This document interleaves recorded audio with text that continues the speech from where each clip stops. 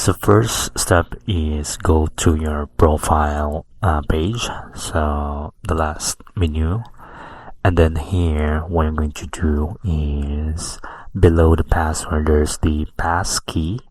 Just click the add button beside, and before you can add your passkey for the current device, you need to input your password. So this is the password of your Pi mining application. So I'm just going to input it, and then after that I'm going to click the continue button, and here just additional verification, and that's it. So as you can see, the current device has been added in the passkey section of my Pi account.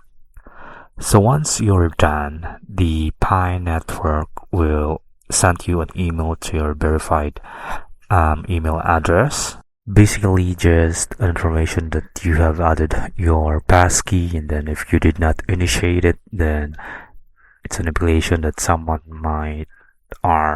is trying to hack your Pi account. So that's it.